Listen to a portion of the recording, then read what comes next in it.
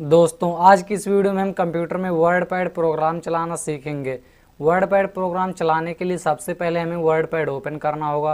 WordPad open करने के लिए आपको कीबोर्ड से विंडो के साथ आर की प्रेस करना है, जिससे इस प्रकार आपके सामने एक रन बॉक्स ओपन होकर आएगा। इसमें आपको वर्डपैड टाइप कर देना है। उसके बाद आप ओके पर क्लिक कर देंगे या फिर कीबोर्ड से एंटर की प्रेस कर देंगे तो आपके सामने वर्डपैड ओपन होके आ जाएगा। वर्डपैड का यूज डॉक्यूमेंट क्रिएट करने के लिए, पिक्चर एडिटिंग के लिए और टेक्स्ट एडिटिंग के लिए भी हम वर्डपैड का यूज कर सकते हैं। तो सबसे पहले मैं वर्डपैड में प्रैक्टिस के लिए एक पैराग्राफ पेस्ट कर लेता हूं, जिसे मैंने कॉपी कर रखा है। मैं उसी को पेस्ट कर लेता हूं। लेकिन अगर आप अभी कंप्यूटर सीख रहे हो तो प्रैक्टिस के लिए पैराग्राफ टाइप कर लें, जिससे आपका टाइपिंग स्पीड भी काफ़ी अच्छा इम्प्रूव होगा। वर्डपैड में सबसे ऊपर वाली पट्टी को हम टाइटल बार कहते हैं। इस पर वर्डपैड लिखा हुआ होता है। आप किसी प्रोग्राम को जब ओपन करेंगे तो उस पर इसी प्रकार प्रोग्राम का नाम लिखा होगा। उसके लेफ्ट साइड में आपको डॉक्यूमेंट लिखा हुआ मिलेगा। जब तक आप इस डॉक्यूमेंट को किसी नाम से सेव नहीं करेंगे, यहाँ पर डॉक्यूमेंट लिखा हुआ होगा। जैसे ही आप इस डॉक्यूमेंट को किसी नाम से सेव कर देंगे तो यहाँ वही नाम दिखाई देगा। वर्डपैड में सबसे नीचे वाली पट्टी को हम स्टेटस बार कहते हैं। स्टेटस बार पर हमें किसी पेज को जूम इन व जूम आउट करने का ऑप्शन मिलता है। डिफ़ॉल्ट रूप से वर्डपैड प्रोग्राम का पेज 100% पर जूम रहता है। अगर आप प्लस वाले आइकन पर क्लिक करते हैं तो पेज जूम इन होगा। माइनस वाले आइकन पर क्लिक करने पर पेज जूम आउट होगा। हम मैक्सिमम किसी पेज को 500 तक जूम कर सकते हैं और मिनिमम 10 तक जूम कर सकते हैं। अगर आप किसी पेज को ज़्यादा जूम कर देते हो तो सभी टेक्स्ट दिखाई नहीं देते। इसके लिए हमें दो और ऑप्शंस मिलते हैं। नीचे वाली पट्टी को हम हॉरिजॉन्टल स्क्रॉल बार कहते हैं और ऊपर वाली पट्टी को हम वर्टिकल स्क्रॉल बार कहते हैं। हॉरिजॉन्टल स्क्रॉल बार से हम पेज को लेफ्ट एंड राइट साइड में स्क्रॉल करके देख सकते हैं। वर्टिकल स्क्रॉल बार का यूज करके हम पेज को अप एंड डाउन स्क्रॉल करके देख सकते हैं। तो मैं पेज को 100% डिफ़ॉल्ट जूम कर देता हूं। टाइटल बार पर लेफ्ट साइड में हमें क्विक एक्सेस टूल बार का एक ऑप्शन मिलता है। इसका यूज करके हम वर्डपैड पर फास्टली वर्क कर सकते हैं, क्योंकि क्विक एक्सेस टूल बार में वर्डपैड प्रोग्राम के कुछ शॉर्टकट बटन ऐड होते हैं। जैसे अगर आपको कोई न्यू पेज ओपन करना होता है तो आप फाइल बटन पर क्लिक करते हैं और यहाँ न्यू पर क्लिक करके एक न्यू पेज ओपन करते हैं। लेकिन आपको न्यू पेज ओपन करने का यहीं पर ऑप्शन मिल जाता है। यहाँ से आप इनकी संख्या और बढ़ा सकते हैं। अगर आप इनमें और ऑप्शंस ऐड करना चाहते हैं तो यहाँ पर एक्स्ट्रा ऑप्शन आप ऐड कर सकते हैं। अगर आप क्विक एक्सेस टूल बार को रिबन के नीचे शो करना चाहते हैं तो यहाँ शो बिलो द रिबन पर क्लिक कर देंगे। यहाँ से रिबन के नीचे शो होने लगेगा, जैसा कि आप देख सकते हैं। टाइटल बार के जस्ट नीचे मीनू बार होता है। इस पर हमें होम टैब और व्यू मीनू देखने को मिलते हैं। होम टैब के सभी ऑप्शंस जिस पट्टी पर शो होते हैं उसे हम रिबन कहते हैं। हम इसे हाइड अथवा अनहाइड कर सकते हैं। रिबन को हाइड करने के लिए आप मेनू बार पर राइट क्लिक करेंगे। मिनिमाइज द रिबन वाले ऑप्शन पर अगर आप टिक करते हैं तो यह रिबन मिनिमाइज हो जाता है। इसे फिर से शो करने के लिए आप इस मेनू बार पर राइट क्लिक करेंगे और मिनिमाइज द रिबन वाले ऑप्शन से टिक को हटा देंगे, जिससे यह शो होने लगेगा। इसके लिए आप शॉर्टकट कीज का यूज भी कर सकते हैं। अगर आप कंट्रोल के साथ F1 की प्रेस करते हैं तो यह हाइड हो जाएगा। फिर से कंट्रोल के साथ F1 की प्रेस करने पर यह शो होने लगेगा। इस प्रकार आप रिबन को हाइड या अनहाइड कर सकते हैं। रिबन पर ही हमें विभिन्न ऑप्शंस दिखाई देते हैं। होम टैब के लेफ्ट साइड में वर्डपैड बटन होता है। इस पर क्लिक करने पर हमें कुछ कमांड शो होते हैं, जैसे न्यू पर क्लिक करके हम एक नया पेज ओपन कर सकते हैं। ओपन पर क्लिक करके हम पुराने सेव किए गए डॉक्यूमेंट को ओपन कर सकते हैं। सेव पर क्लिक करके हम बनाए गए डॉक्यूमेंट को सेव कर सकते हैं। सेव एज पर क्लिक करके आप पुराने बनाए हुए डॉक्यूमेंट को दोबारा किसी दूसरे नाम से सेव कर सकते हैं और फाइल का फॉर्मेट भी बदल सकते हैं। प्रिंट पर क्लिक करके आप बनाए गए डॉक्यूमेंट का प्रिंट निकाल सकते हैं। पेज सेटअप पर क्लिक करने के बाद आपको कुछ ऑप्शंस प्राप्त होते हैं, जिसमें आप A3 या A4 साइज पेज सिलेक्ट कर सकते हैं। ज़्यादातर A4 साइज में ही डॉक्यूमेंट क्रिएट किया जाता है, तो मैंने A4 सिलेक्ट कर लिया। सेंड इन ईमेल के द्वारा आप बनाए गए डॉक्यूमेंट को ईमेल पर भेज सकते हैं, लेकिन इसके लिए आपका कंप्यूटर इंटरनेट से कनेक्ट होना चाहिए। अबाउट वर्डपैड पर क्लिक करके आप वर्डपैड से संबंधित कुछ इंफॉर्मेशन प्राप्त कर सकते हैं। एग्जिट पर क्लिक करके आप वर्डपैड प्रोग्राम से बाहर जा सकते हैं।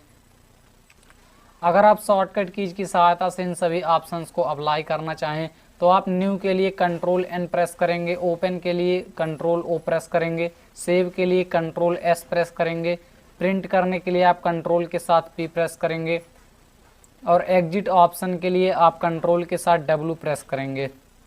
अब हम होम टैब के सभी ऑप्शंस को जानेंगे।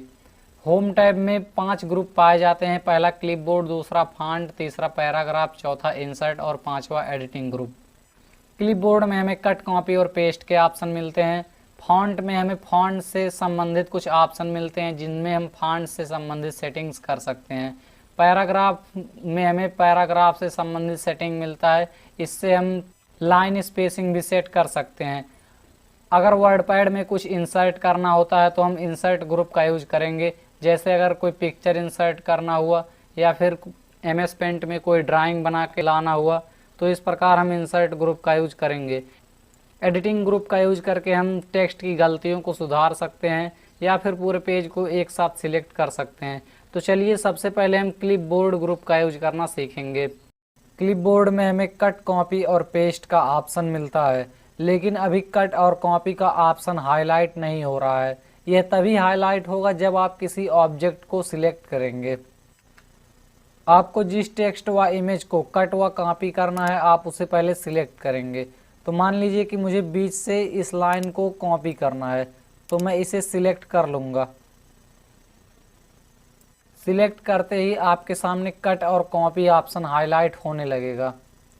अगर आप कट पर क्लिक करते हैं तो यह लाइन यहाँ से रिमूव हो जाएगा और आप इसे किसी नए स्थान पर पेस्ट कर सकते हैं। पेस्ट के लिए आप पेस्ट पर क्लिक कर देंगे या फिर कीबोर्ड से कंट्रोल के साथ वी भी प्रेस कर सकते हैं।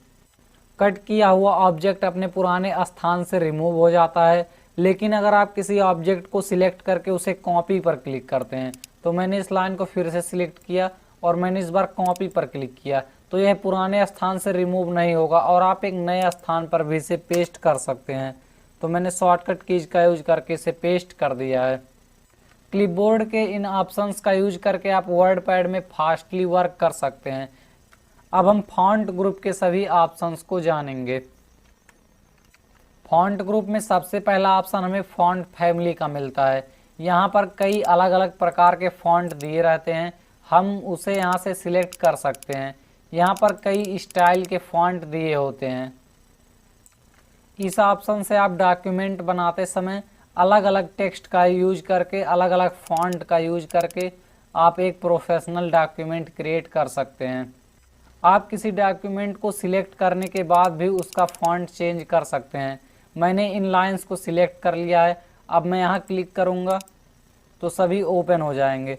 अब मैं डाउन एरो का यूज करके एक एक फॉन्ट सिलेक्ट कर रहा हूँ, तो आप जैसा कि नीचे देख सकते हैं विभिन्न फॉन्ट स्टाइल शो हो रहा है। तो इस प्रकार आप एक स्टाइलिश फॉन्ट का यूज करके डॉक्यूमेंट क्रिएट कर सकते हैं। अगर आप वर्डपैड में हिंदी में टाइप करना चाहते हैं तो यहाँ कुर्तीदेव फॉन्ट को सिलेक्ट करेंगे। आपको यहाँ कुर्तीदेव टाइप करना है, जिससे यहाँ पर कुर्तीदेव 10 आ जाएगा। तो मैं यहाँ कुर्तीदेव 11 फॉन्ट सिलेक्ट कर लेता हूँ। मैंने कुर्तीदेव 11 सिलेक्ट करने के बाद एंटर कर दिया। तो मैं आपको हिंदी में टाइप करके दिखा देता हूँ। माउस एक इनपुट डिवाइस है। तो इस प्रकार हम हिंदी में टाइप कर सकते हैं। अगर आप किसी टाइप की हुई टेक्स्ट या अक्षर को बड़ा करना चाहते हो या फिर छोटा करना चाहते हो तो आप इसे सिलेक्ट कर लेंगे। तो यहाँ पर आपको फॉन्ट साइज का एक ऑप्शन मिलेगा। जब आप इस पर क्लिक करेंगे तो अलग अलग फॉन्ट का नंबर यहाँ दिया होगा। आप यहाँ से सिलेक्ट करके इसे बड़ा कर सकते हैं। अगर आप 72 पर करते हैं तो यह काफ़ी ज़्यादा बड़ा हो जाता है। अगर आप इसे 8 पर करते हैं तो यह काफ़ी ज़्यादा छोटा हो जाता है।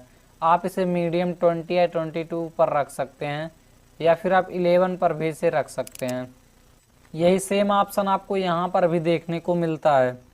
इस फर्स्ट ऑप्शन को हम ग्रो फॉन्ट कहते हैं, इससे हम फॉन्ट को बड़ा कर सकते हैं। जैसे ही मैं इस पर क्लिक करता हूं, आप देख सकते हैं फॉन्ट साइज यह चेंज होता जाएगा, 48, 80, 90 इस प्रकार यह फॉन्ट का साइज बढ़ता जाएगा। और इस ऑप्शन पर क्लिक करके आप इसे घटा सकते हैं। यहाँ पर आप देख सकते हैं फॉन्ट साइज घट रहा है। किसी अक्षर के साइज को बड़ा या छोटा करने के लिए आप शॉर्टकट कीज का भी यूज कर सकते हैं। आपको उस टेक्स्ट को सिलेक्ट करना है जिसे आप छोटा या बड़ा करना चाहते हैं। अब आप कीबोर्ड से कंट्रोल शिफ्ट प्रेस किए रखेंगे, जिसके बाद अगर आप ग्रेटर देन वाले साइन को प्रेस करते हैं तो यह बड़ा होगा, लेस देन वाले साइन को प्रेस करने पर यह छोटा होगा। आपको कंट्रोल शिफ्ट के साथ ग्रेटर देन या लेस देन का यूज करना है। वर्ड पैड में अगर आप किसी टेक्स्ट को मोटा करना चाहते हैं या फिर बोल्ड करना चाहते हैं तो आप उस टेक्स्ट को सिलेक्ट कर लेंगे जिसे आप बोल्ड करना चाहते हैं। उसके बाद यहाँ पर आपको बी लिखा हुआ मिलेगा, आप इस पर क्लिक कर देंगे तो वह फॉन्ट बोल्ड हो जाएगा। अब आप देख सकते हैं कि इन सभी फॉन्ट की अपेक्षा में यह फॉन्ट थोड़ा मोटा है। आप टेक्स्ट टाइप करने के बाद भी इन ऑप्शंस का यूज कर सकते हैं या फिर पहले भी यूज कर सकते हैं। अगर आप कीबोर्ड से कंट्रोल के साथ बी प्रेस करते हैं तब भी फॉन्ट बोल्ड हो जाएगा।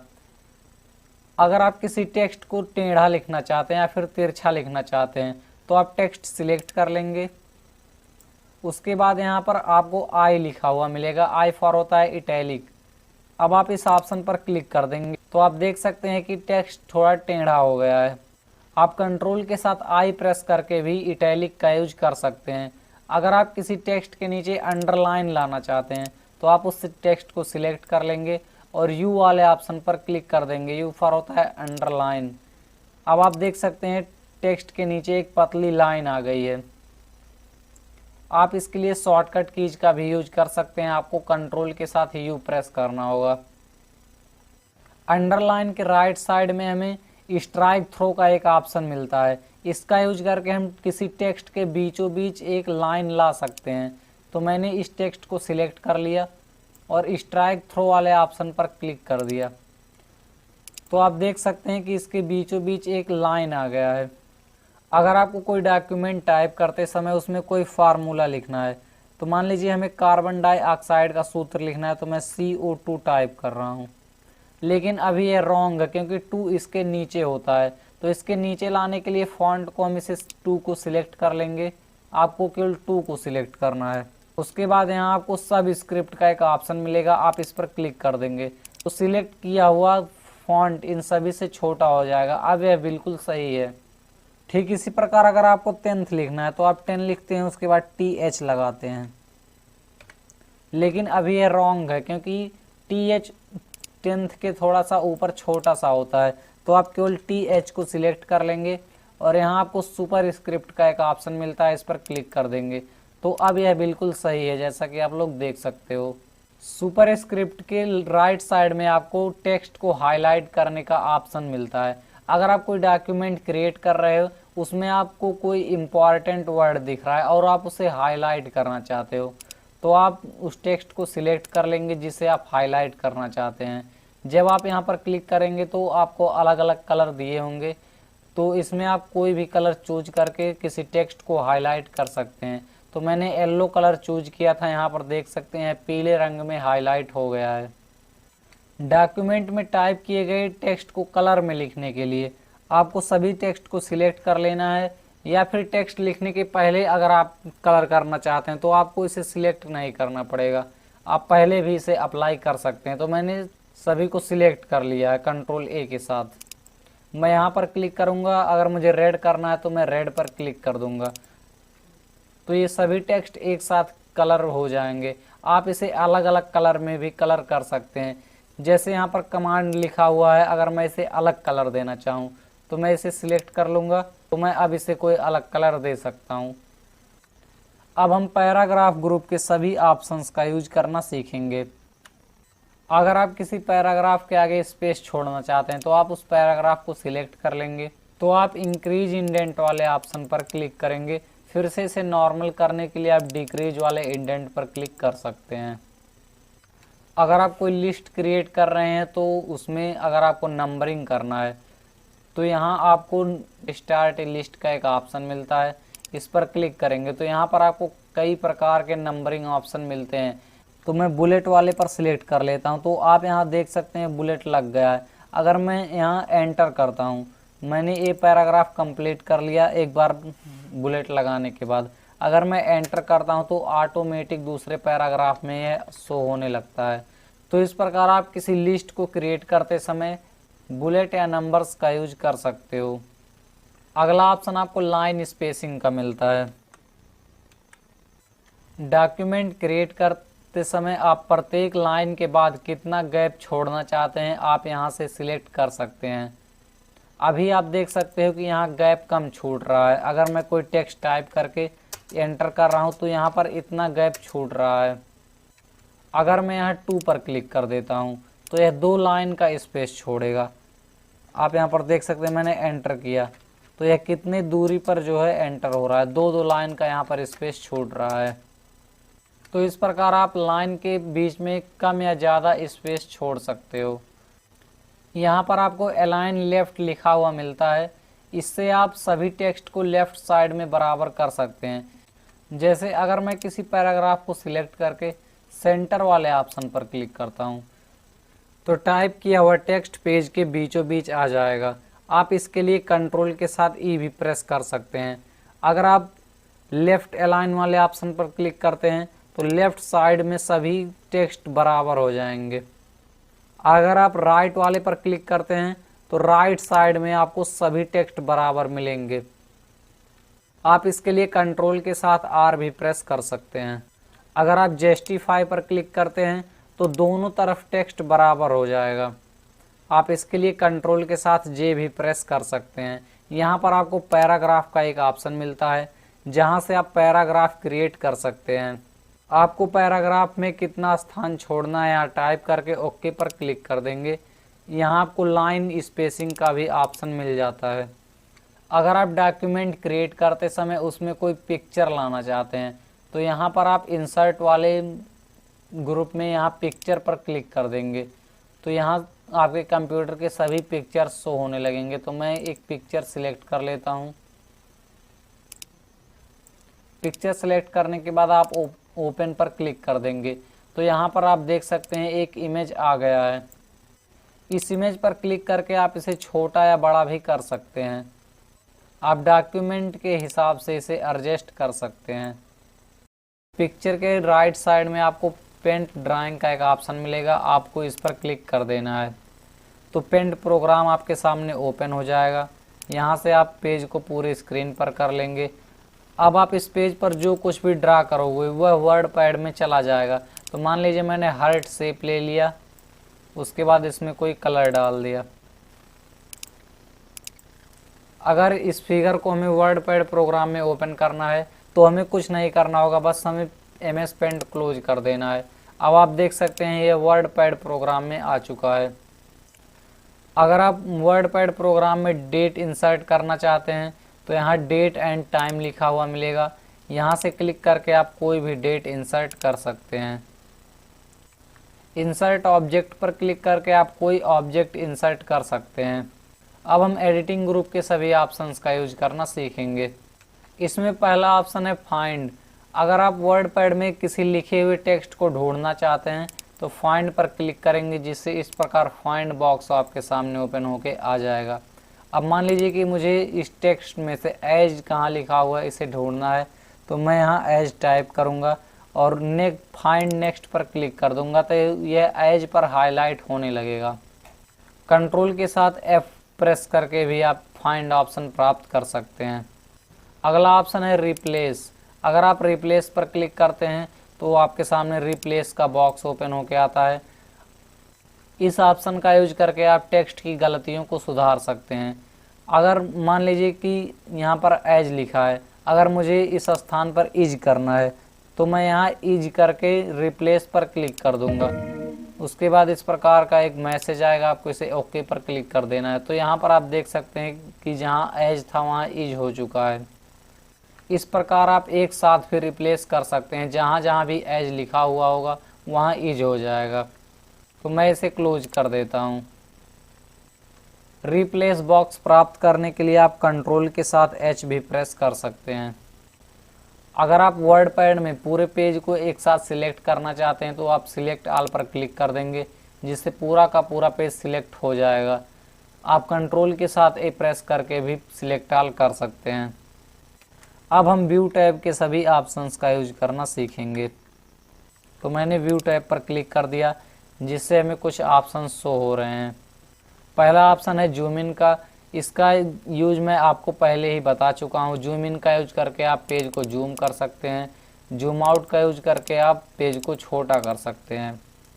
यहाँ से आप 100% डिफ़ॉल्ट सेट कर सकते हैं। अगर आप पेज पर रूलर शो नहीं करना चाहते हैं तो आप स्टिक को हटा देंगे, जिससे यह शो नहीं होगा। इस पर पुनः क्लिक करने पर यह रूलर यहाँ पर शो होने लगेगा।